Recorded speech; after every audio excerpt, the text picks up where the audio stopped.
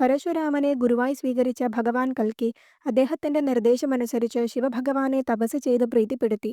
മഹാദേവൻ കൽക്കിക്ക് ത്രികാലജ്ഞാനിയായ ശുകൻ എന്ന ഒരു തത്തയെയും ദേവദത്തൻ എന്ന വെളുത്ത അശ്വത്ഥയെയും ദിവ്യമായ ഒരു വാളും നൽകി അനുഗ്രഹിച്ചു.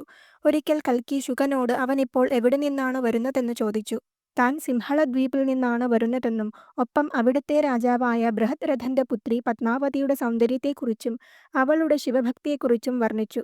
ഒരിക്കൽ ശിവാരാധന ചെയ്തുകൊണ്ടിരുന്ന പത്മാവതിയുടെ മുന്നിൽ ശിവഭഗവാൻ പ്രത്യക്ഷപ്പെടുകയും അവൾ സാക്ഷാൽ നാരായണനെ വിവാഹം ചെയ്യുമെന്നും അദ്ദേഹത്തെ കൂടാതെ വേറെ ആരെങ്കിലും പത്മാവതിയെ മോഹിച്ചാൽ അവർ ലിംഗസ്ഥാന വ്യത്യാസമില്ലാതെ അപ്പോൾ തന്നെ സ്ത്രീയായി മാറുമെന്നും അനുഗ്രഹിച്ചു.